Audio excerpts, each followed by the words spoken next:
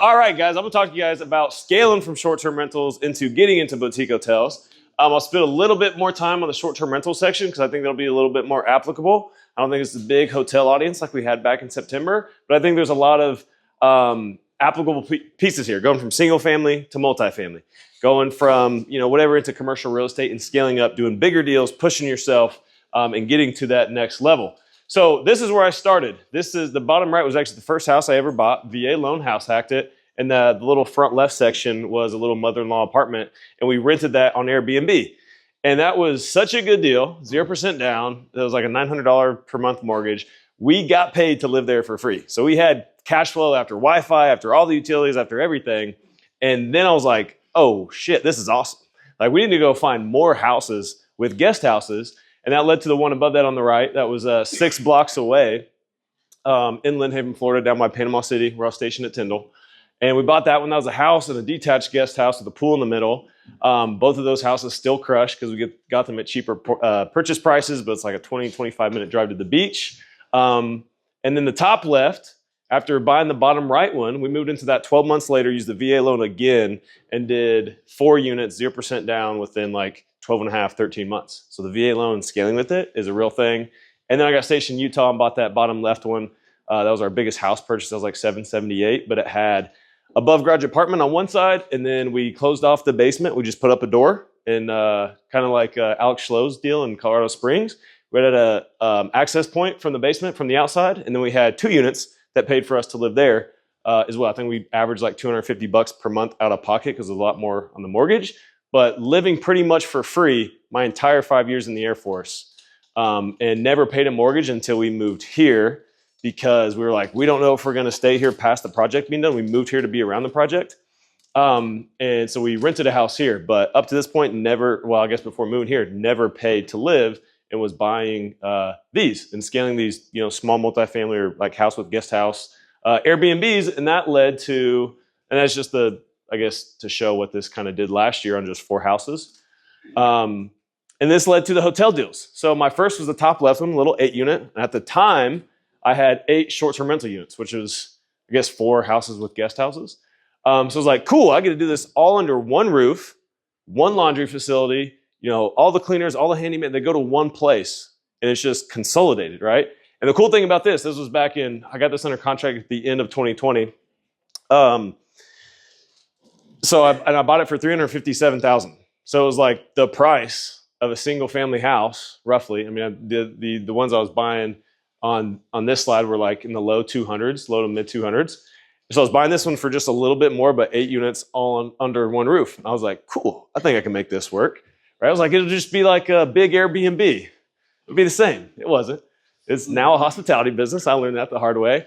But the numbers worked so well on that I didn't learn that lesson until I bought like 3 more later that year. So like the numbers work on this so great. I'm a boutique hotel investor now and started looking at these deals and it led to the top one in Tahoe, Panama City Beach at the top right, Panama City Beach at the bottom right. We packaged those 3 deals together and bought those in 2021. And then the second one in Tahoe at the beginning of 2022 and then built a, hospitality company, short-term or boutique hotel, vertically integrated management company with the assets, and that was spread over PCB and Tahoe, and things were great. And I sold those in 2023 and rolled them into Tremont here, which is that bottom picture. You guys recognize that. This is what that portfolio did the 12 months before I sold it, 3.1 million. And this is what Tremont did alone last year, under renovation with down units, with no marketing, just focus on ops and guest services improvement and working on operations, learning how to run a 130 unit resort with 8 different buildings and a wedding and event venue on 10 acres and just figuring out all that stuff and moving here. And so we're kind of working that up to doubling that when we get stabilized and on our way to hopefully like 2.5 million in revenue this year. That's our projection anyway. So we're on track for it. So scaling short-term rentals and Airbnbs. I'm talking to you guys how you do this and how you start to build this. And there's 4 big parts to doing this. It's finding the right deals, finding the money, systematizing the business, and then building your team, right? Because a lot of you guys are doing other things. Unless you want to become a hospitality business owner like me, you want to set up the automations and put people in place to automate yourself and outsource yourself. So to start out, finding deals. So you can start at the easiest place, online listings, Zillow, Realtor, etc. And these will get kind of more advanced and more involved as we go. But the easiest place to start, where I found my first deals, was just looking online and using some, I guess, some strategies on Zillow. And one of those was the keyword search. So I talked about falling into that strategy with the house, the properties with houses and guest houses, because that's the first one that we bought. My original plan, like most people when you're looking, is like find the duplex, the triplex, the fourplex, and house hack that. And I could not find crap in my market. Like everything was overpriced. Apparently everybody was trying to do the same thing. And I was like, all right, I got to find out another way. Like at this point, anything with a second unit would work. And I started looking at ADUs and mother-in-law units and carriage houses, guest houses, extra units, whatever it was. So it could be, depending on your market, it could be that basement unit, it could be the above garage apartment, it could be the detached ADU, the mother-in-law suite. There's a lot of ways that plays out. So use the keyword search in Zillow right here. So the first one, or the one that we moved into for my second VA loan in 12 months, I found that by searching guest house and found that it had a detached guest house in the back. And that one paid for itself to live there. The first one, I wasn't actually looking for it, but I saw the second kitchen in the photos, and I was like, wait a second, what is that? And it was the second unit that we could rent on Airbnb. So there's hidden gems in here, and a lot of times, Dave talked about it, the bad realtors. Like, who's worked with a really bad realtor and had bad experiences? I freaking love bad realtors because they mislist shit, and I make money on it. It's awesome. So utilize those bad realtors. And the cool thing about this strategy, too, is if you're doing main houses and guest houses, you're a lot of times buying 2 units for the price of 1. Because those bad realtors don't know how to price in the extra unit, they're not applying the price per square foot, or often what they'll do is just use the price per square foot over the whole place, so the square footage of the house, but they're not taking into account the added value of having all the improvements, the second kitchen, the additional income, like you can get qualified for loans based on renting that extra place, the 75% rule. So there's gold hidden in here, and you just got to find it. And then you can save your searches for, like, you get notified anytime an ADU comes up, anytime a mother-in-law suite comes up, anytime a guest house or a studio, whatever your keyword searches are. So you have a pulse on these mislisted deals. Now, for agents, again, I do think there are a lot of bad agents, but I've also gotten a lot of good deals from agents. Charlie Cameron helped me find that second one and helped me close that one in Panama City. So good agents will also help you make money. So make relationships with them. Sometimes you got to pick up the phone, put the smile on your face, and make the calls, right? You don't always like to do it, but at least you're getting deals. And what you can do in a lot of areas is find that agent and give them your criteria. Say, I'm looking for mother-in-law suites. I'm looking for guest houses. I'm looking for, 2-bedroom, 2-bath with 1,000+ square feet. So that way I can kind of screen through those and say, all right, where can I add that 3rd bedroom? Because there's a square footage to do it. And then you get the drip emails of everything that meets your criteria from that lender. So again, you can screen more deals, because the more you screen, the more you analyze, the more you offer on, the more deals you will get, or the quicker you will get a deal if it's your first one. Direct to seller marketing. This is what I did in the beginning as well. The one, I don't think it was pictured there, it was one of my first residential deals in Panama City. Actually, when me and Nicole were living in base housing on Tyndall before we closed the very first one with the VA loan, we were handwriting letters to sellers in the air, driving for dollars, writing down the addresses, and handwriting letters. She would do all the addresses, like the return addresses on the envelope, and I'd sign my name and write the 2 address so we could send these letters out to the hurricane-affected homes in the area, the big value-add deals, and got the first one under contract that way. And if you're not, you can drive for dollars. There's different ways you can do it. Drive for dollars, use things like Deal Machine, or you can do what we did, is just drive the neighborhoods, write down the address in your phone, and go look it up later. You can utilize PropStream, List Source. You can pull your own list, so you can look in your area and say, search any criteria you want. I want to look for entity-owned properties, or exclude that. So like anything that's owned in an LLC, I want to look for those, and I want to look for ones that have also out-of-state owners and also have 50+% equity. So you can rack and stack your deals that way to like target potential distress, tired out landlords, and then send those people a letter, call those people, door knock those people, do whatever you can to get in touch with those people that own the properties so you can strike a deal with them. And then tell everyone what you're looking for. I think it's probably the most underrated on here, but that's what led to me getting some of these houses with guest houses, because people knew in my market that agents, friends, and other investors, whatever it was, that I was doing that. So if they found a deal like that, oh, that's Blake's criteria, let's send this one to him. Worked out on the hotels as well. I talked about the first one that I bought for $357,000, that the little 8-unit. I hosted a meetup in Panama City Beach at the time. I was like, oh, we just bought this awesome deal. The numbers work great. I'm looking for the next one. 2 weeks later, I got sent the other one in Panama City Beach, and we closed it later that summer. So let people know what you're looking for, and especially if it's something unique and that stands out. Like it'd be, look, I'm looking for, I don't know, big value add deals, or I'm looking for 6-bed plus house deals because I want to do co-living or whatever it is. If you tell people, you'll be surprised what comes back to you. Now, getting the money to scale. Not everybody's going to be able to do the 2 VA loans. I mean, you can. It just depends on your situation. You still have to qualify for the next loan. But often when you're scaling, the first thing that you tap out on is your own cash. So then you've got to get creative. And you can do partnerships. Hugh talked a lot about this stuff earlier, but these are all the things that I've done personally to close deals. So it can be partnerships, something like I find the deal and I do the work, you bring the money, we split it 50-50. Done deals like that. Or private money. So I've got this really great deal. You lend me, whatever, $100,000 at 10% for the next 6 months while I do the renovation. When I, complete the BRRRR, pay you back, you lend out your money again on the next deal. Creative finance, lease options. I did a flip with the lease option. That was a cool deal. Seller financing. 3 of my hotels have been seller financed, and more deals before that. Loan assumptions and sub 2. I've assumed a loan. Sub 2 is the one creative strategy I have not done yet, but I tried on this thing. The bank wouldn't let me. And some will say like the bank doesn't have to let you, but when you're taking on $5 million of debt and assuming that and bringing investor capital, you're like, I don't want that risk of the deal on sale cost. Hard money, so it's similar to private money, but that's usually somebody that does it professionally. It's a company that's going to often come with more points or a higher interest rate, but it's the same principle. They lend you the money for a short term, you do the project, refinance it out, or sell it and get the money back. 0% APR credit cards, that's how we furnished the first Airbnb. We had the first one we bought, the VA loan. When we closed it, we had $2,200 in our bank account.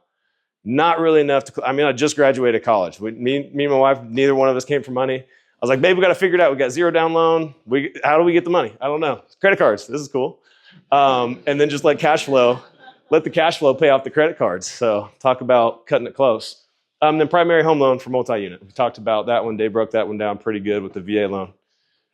What I wanted to kind of end with on this is that all these different ways to fund the deal or to continue to scale when you tap yourself out, the really only limit is your guys' creativity or your willingness to add these tools to your tool belt, to learn what you can do, to go to the seller and say, hey, can you carry the note? Or let me talk about how this will benefit you. Because a lot of times, sellers might be, especially in commercial real estate, they might be tired of running the property, or maybe it's a tired out landlord.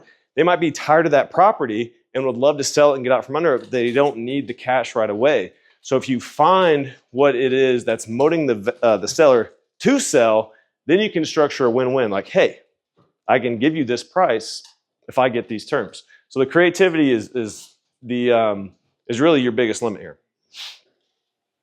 All right, now we're talking about scaling as you scale, especially in short-term rentals.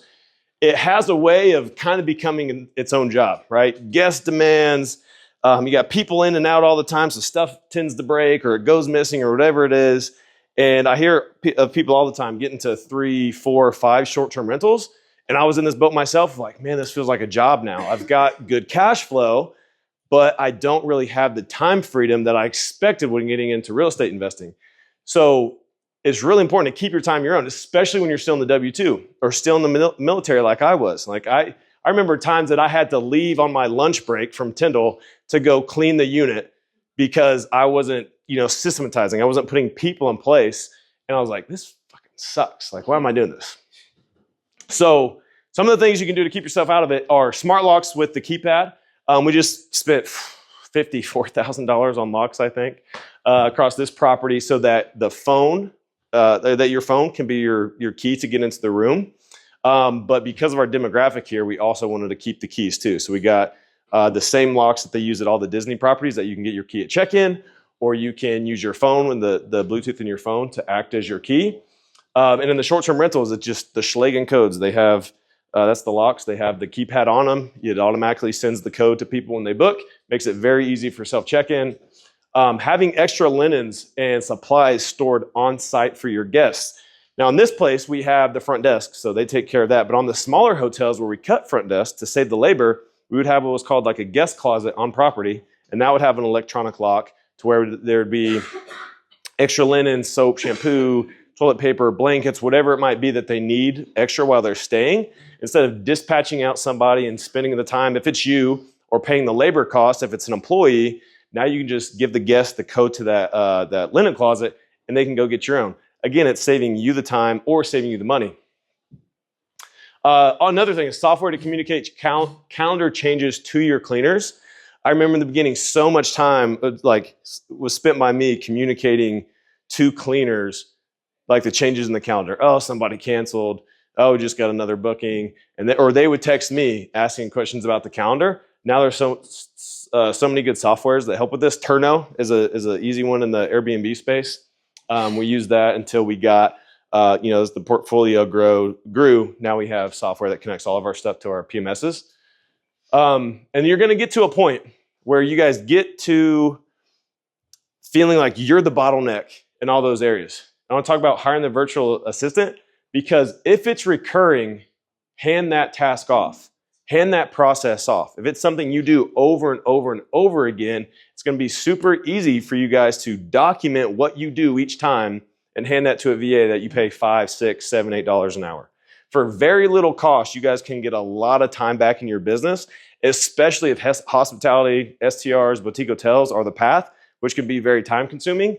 This is the stuff that's going to be critical to keep you in a higher leverage position, so you can go out, find the deals, or find the right talent so you can continue to scale. And then automated messages, all this stuff you can set up so you don't have to be the one to message guests, or if they message you about certain things, it reads the keywords and sends them back the reply based on what you already set up. So again, things that you do once, but add a lot of scale and efficiency into your business. And then also don't be your own handyman. This stuff's too easy and too cheap a lot of the times to have you running all over your county to your different houses as you scale out. You need to be finding deals and doing the higher leverage stuff. Continuing with how to manage here, the tech stack. And next, if you guys want to take a picture, I'll have this kind of listed out. But this is the most important stuff, is your property management system, or PMS. So this is things like Hosty or Guesty, which we use on our STRs, and Cloud Beds, which we use here at the hotel. So this is the thing that's going to unify your inbox. It brings all your channels. So think about Airbnb, Vrbo, Expedia, Booking.com, brings them all into one place. Got a direct booking platform through there. That's where your guest inbox and all your automations go through, is your PMS. That's like the central piece of tech that you need. I think back to when I didn't have it. I saved like an infinite amount of hours. Now it'd be like probably 300 hours a week of all the stuff that this stuff saves me. Dynamic pricing. If you guys have short-term rentals and you're not using something like Wheelhouse or Price Labs, which is we use, you guys are leaving money on the table. Use it because it works, and it's like $6 per listing. So you literally make your cost back in a booking.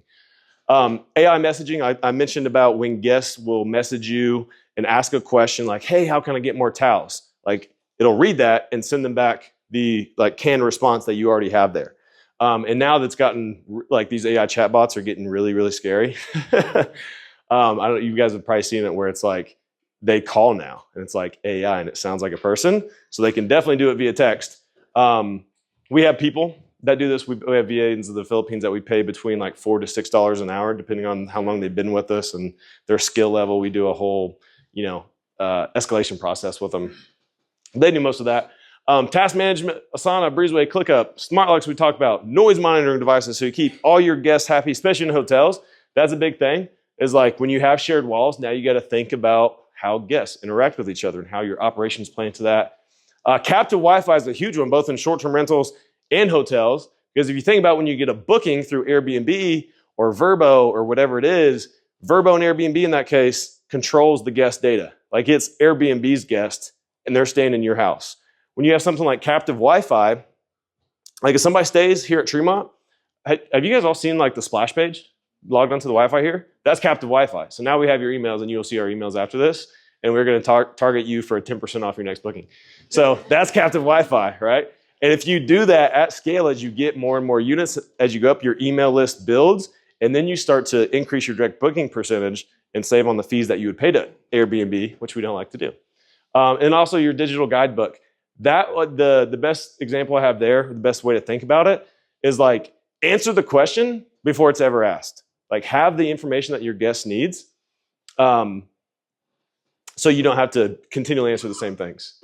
So that's the tech stack that we use. Guesty or cloud beds would be in the middle, and then how all the other stuff kind of either interacts and integrates directly or kind of works in tandem with it. So we use RingCentral for our call system. So that's call and SMS for our e-concierge team, our guidebooks, our project management, our file management, our Locks Connect, our payroll, Slack for internal communication, and our dynamic pricing, all tying back to our PMS. I got pictures? Okay. All right, building your team. How am I doing on time? I'm doing good. All right, for your first short-term rental, this is what I wish I would have knew a little bit sooner. It's a cleaner and a handyman. You can still message guests. Yes, you can still use automations and all this other stuff to save your time, but cleaner and handyman are what you need to get out of like the day-to-day and have it, be more of a, an activity and more of a side hustle, right? And as it grows a little bit, Hugh talked about the core four. You'll see a little bit different here, but on the STR space, it's your agent to help you find deals and, lenders and, I guess lender's the next one. But a good real estate agent that knows short-term rentals is invaluable because they're going to know, comps in that area. They're going to know ADRs in that area. They're going to know who your guest demographic is. They're going to know what is going to perform well as a short-term rental, bedroom count, the size and setup of the bedrooms, the views, all those things go into a highly profitable Airbnb or a short-term rental is like the sub-market or even the location within the sub-market, because the right street being on the beach versus across from the beach is a big deal. And then lender, contractor, and designer. Today, if you guys want to compete in the short-term rental space and do well and not get beat out by everybody else, you have to have professional design. I was talking to somebody about this. There they are. Talking to you guys about how important designers are.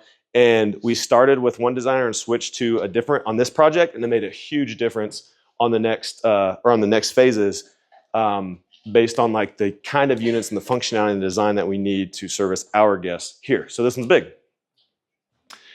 Your biggest time saver, especially as you get to that 3, 4, 5 short-term rentals, is going to be your guest services or your guest communication. Because as you go from one Airbnb to 2, like it exponentially gets harder with guest communication until you start to add some systems in place. So, and as you go from 2 to 4, it doubles again. Like you have that many more guests messaging you, asking questions, booking inquiries, resolution requests. They break shit. Like this stuff happens, and this is stuff that you have to deal with. So we have the e-concierge team in place, and this is something that we started the end of 2020 or maybe the beginning of 2020 as we were buying the first hotels. I was like, to take on 8 more units, or the next hotel was, I think, 14 units. I was like, to do this, I don't want to be the one messaging guests because I was already doing it for 8 residential units all over the place. And I was like, I know I can't double the amount of guests that I personally manage. So we had to build this in. And this will be huge for you guys to keep your phone clear so you can think clear. So they are your guest messaging ninjas, essentially. And you should not be the one messaging your guests if you want to scale. So putting it all together on this strategy, this is the second house that we bought in Panama City with the VA loan, like 12 and a half, 13 months after we bought the first. So we purchased it for $211,000 with a 0% down VA loan. It had a main house and a detached guest house. And we did a live-in rehab while we rented the apartment. So like as soon as we closed, as we're still moving in, we busted out the rehab in the apartment. It was, paint and flooring, and we did new cabinets and I think new appliances, little things like that. So cosmetic.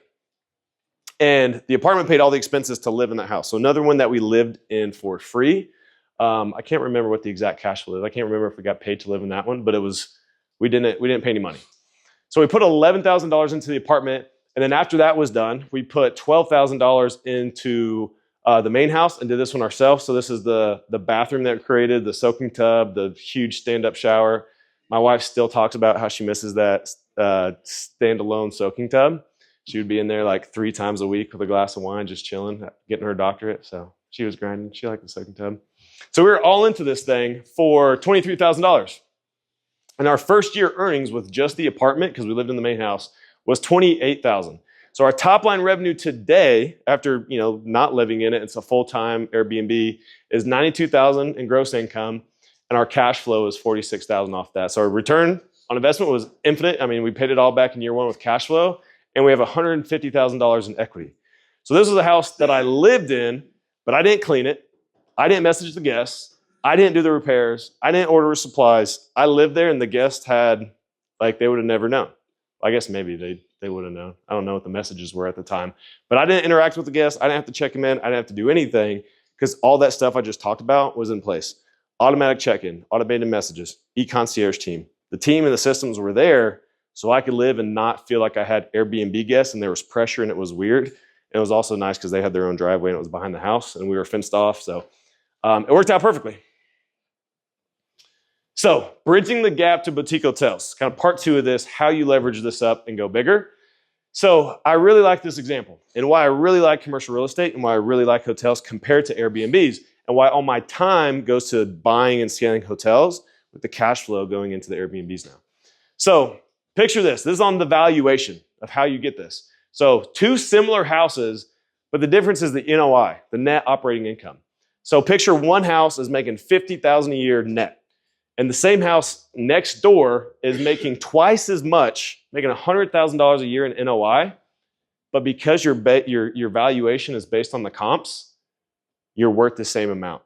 So you can double the income, you can have that much better of an Airbnb, you can perform that much better and operate that much better, but because you're valued on the comps, you don't get the extra equity with all your hard work.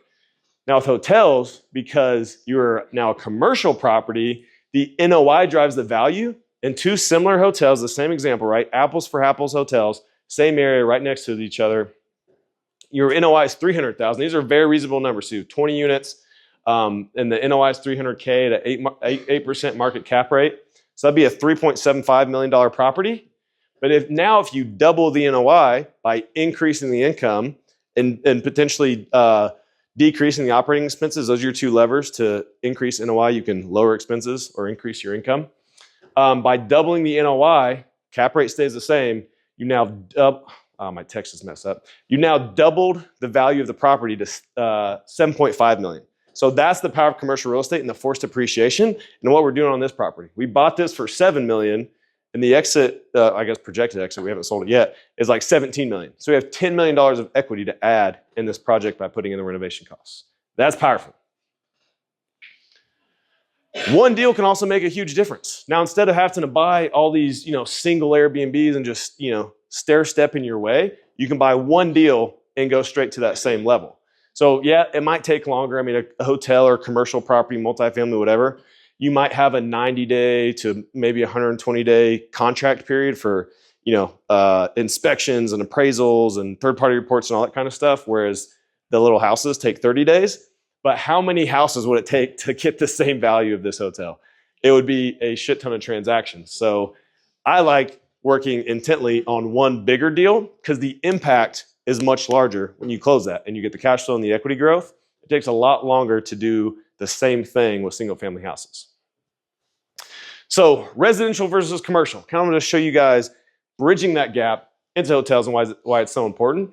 So on the residential side, it seems like there's a lower barrier to entry.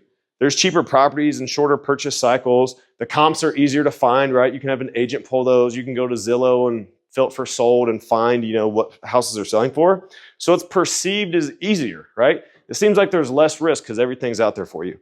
Now on the commercial side, the barrier to entry is higher. There's a lot more expensive properties. They have longer purchase cycles and the comps can be harder to find. So it makes it feel like it's scarier, right? Because there's more perceived risk because there's more unknowns. But the truth about commercial real estate, in my opinion, is those lower barriers to entry mean you have more competition because everybody feels more certain. It's like, who's been in like a bidding war on a house in the last year and had multiple offers and the price goes up? Not a whole lot of people? Are you guys not making offers or what's going on here? Nobody? Go back further? All right, who's ever been in a bidding war on a property? All right, most of the room.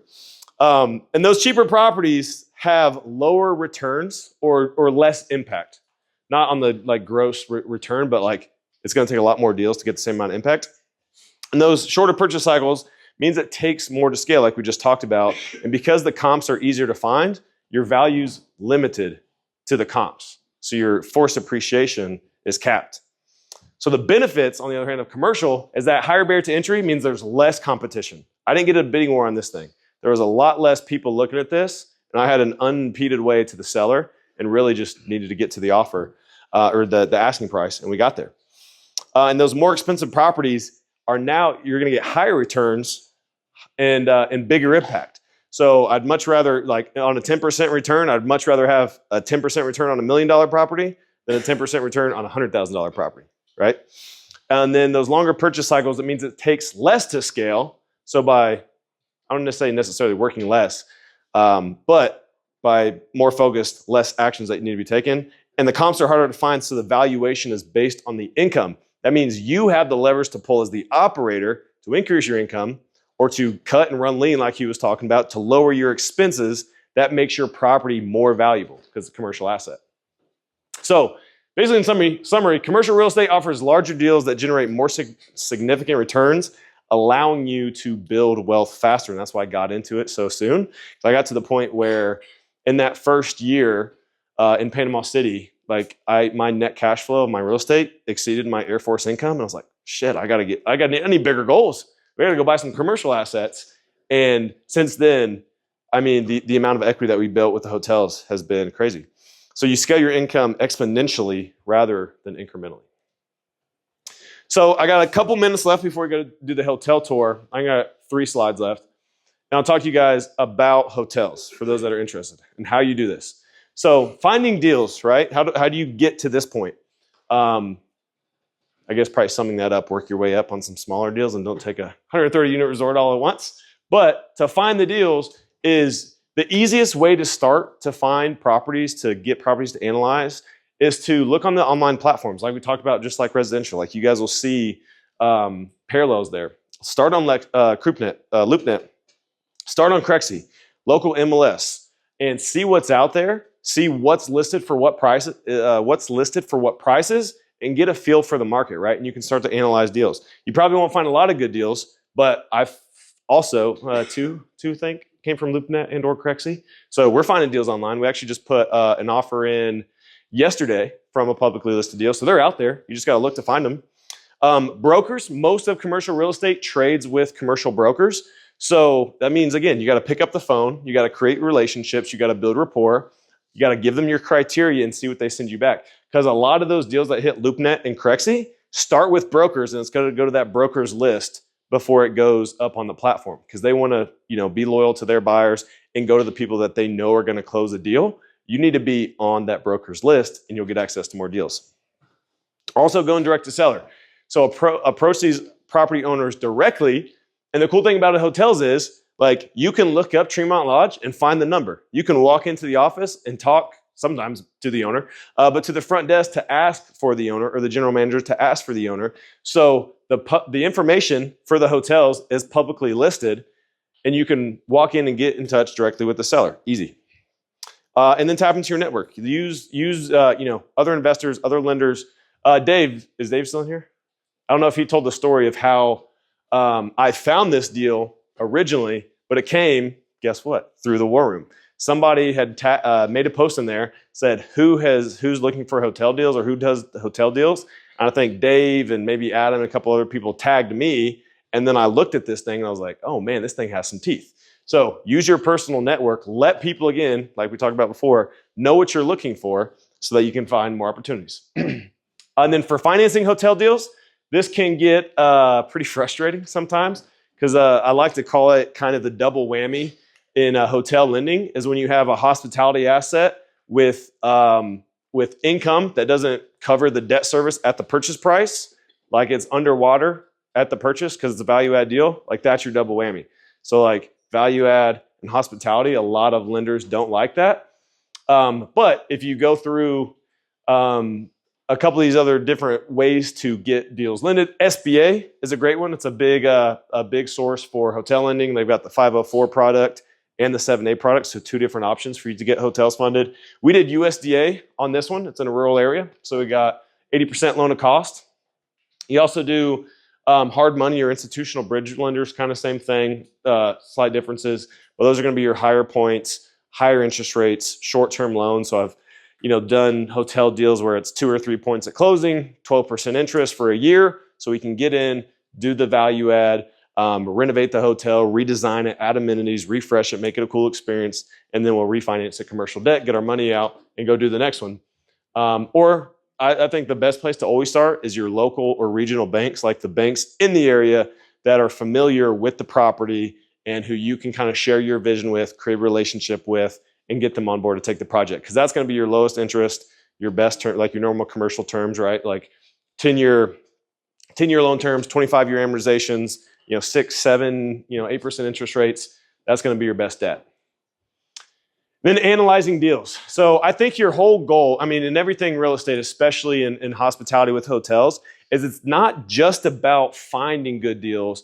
It's about creating good deals. Like if you guys would have saw this when I first walked it, you might have seen the potential, but what is it that'll actually drive the value? What things will actually create the higher ADRs and the higher occupancies that'll make the numbers work to buy this hotel? And that applies, with everything you're looking at. So does it have room to add amenities? Like, can you add fire pits or cabanas or a pool or, a venue space where you can have micro weddings? Like, what is it that makes that opportunity unique? What are other buyers missing when they see this? Like, can you add a unit? A lot of these are like older mom and pop operated places, and the owner will live on site. I think 4 of my first 5 hotels, the owners lived on site and had a manager's unit. When we bought and renovated the hotels, they were smaller. We did the automated check-in.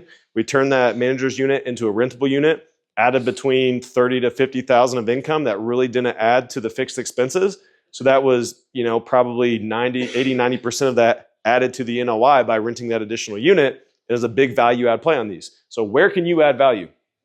And then you need to compare to market benchmarks. So evaluate the deal based on what else is in the market, right? And a lot of these hotel deals, you're not going to get great comps like you could with short-term rentals going on AirDNA or even just go shopping on Airbnb.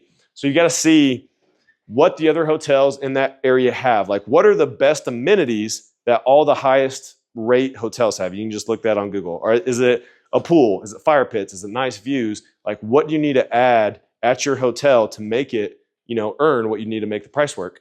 And then factor in your value added potential, like we talked about, what renovations, what operational improvements, because the NOI, right? You can increase income, but you can also add value by decreasing your expenses. So are they running too fat on their software costs? Do they have way too many employees?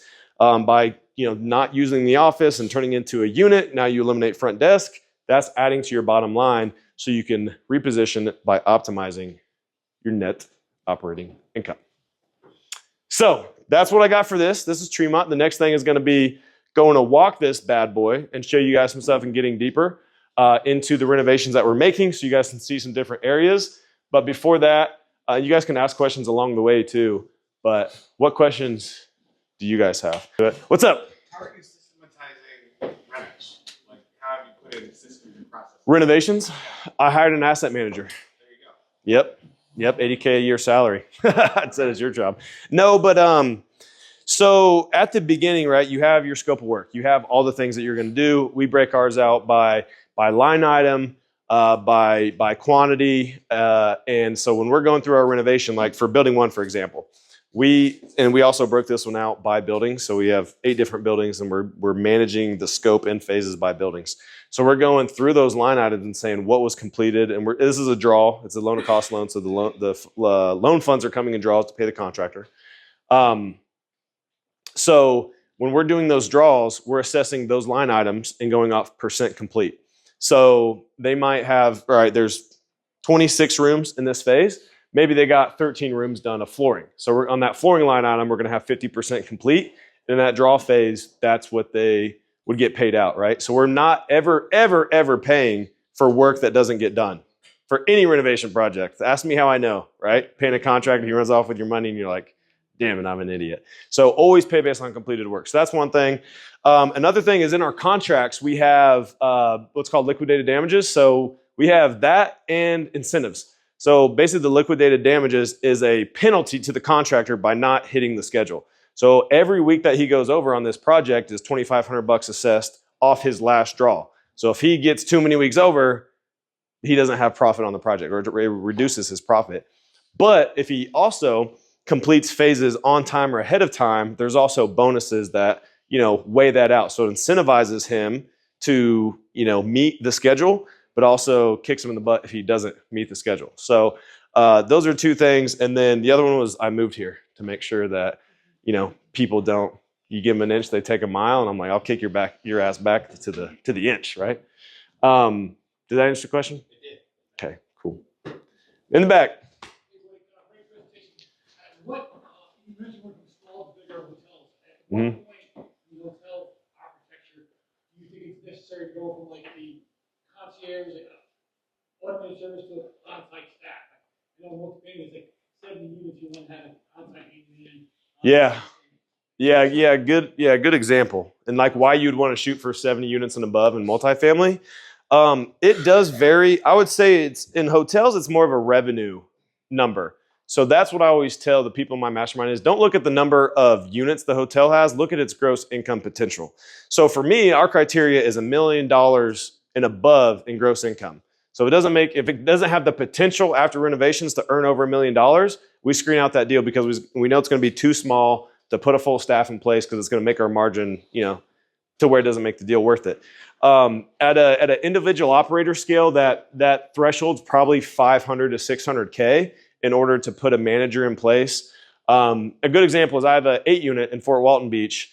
It makes about $30,000 per unit per year, so $220 to $250 per year in income. And that one we have a head housekeeper and a handyman. And we're at the size now that my director of operations manages her. But if that was a standalone deal, it would be me playing general manager essentially to keep those people accountable because it doesn't have the revenue to put a team in place. So that might be a good starter deal to, get the momentum going, get you into the hotel game, like learn the lessons that you need to on the first commercial project. But I wouldn't go back and buy that 8-unit again because it's not scalable for what I want. So you just got to kind of know, like, you're going to be more involved on the lower revenue scale because you don't have the efficiency to put staff in place to still have the margin to make the deal work. But I would say like that threshold on most deals is like 500K to put somebody in place and manage the day-to-day. On a bigger project where you have, front desk and on-site or in-house maintenance, a general manager, we have the vent revenue as well, which has, payroll. So for us, it's like we need $1 million plus to still have margin to make the deal work. Yeah, Dean. Speaking of margins, what is like the industry standard, or what do you guys shoot for as a good profit margin after debt service? After debt service, I want to see typically. I like 20%. That's and depending on. I was just having this conversation the other day when we were analyzing the deal in the group, but it kind of depends. If it's a larger value add where it's like maybe it's a 2 to 5 year hold. Like Tracy was talking about earlier, cash on cash might not be as important, but in general, you're gonna buy hotels for the higher cash flow potential. That plus the equity. I think it's one of the unique asset classes where you get both. You get high cash flow and high equity growth. The only trade-off is you have to operate your ass off, or it all falls down. So typically 20% on a net profit margin. That's a really good deal. We'll kind of I think this one is. It's 15% cash on cash. I don't know if that's the actual net margin on the P&L, but I think it's in that range. It's like 15 to 20 on this one upon stabilization, right? Yep. So you're saying you had to comp with like some places nearby. I imagine this one was pretty difficult. Yeah. In a rural area. Like, how would you do that? Yeah, I was just talking about this yesterday too. We talk a lot about underwriting hotels, but essentially you need to go wider or find a similar market with like similar type products, guest demographic, and rates. So for us, that might be in this market, it might be something like Asheville or it might be something like Shenandoah National Park, right? The town's right outside of other national parks in the the southeast or this side of the country where the same person might drive to for a destination. This one there's enough hotels around here that we felt pretty confident. We've got economy to luxury, like all the way to Blackberry Farms, which is like $3,000 a night. That's like 20-30 minutes away, and celebrities stay there. Then Gatlinburg and Pigeon Forge has a bunch of hotels. So we could kind of see like you're coming to the Smoky Mountains, the Tennessee Smokies, for like a certain thing, right? It's the national park's the biggest draw with like 14 or 16 million visitors a year or something. So I know that's what's bringing people here. A lot of these hotels are outdated, but the ones that do really well, have those extra amenities and that extra space. So I was like, okay, we got to have something like that. We've got the venue here, so we know we're going to have big events and weddings and things like that. So we need group gathering areas around the property. So then I was starting to look at what do these hotels have they're doing well, or maybe what are they missing that would make us stand out and be unique. So that came the idea of the pickleball courts, because all the space over on the other side, which we'll go see. So we kind of wanted to match what I knew worked well, and add the things that were cost effective that would make us stand out as well. Does that answer the question? Basically, go wider or find similar markets that have a similar draw. It's not always going to be the same, but you want to find apples to oranges or pears if you have less data to go off of.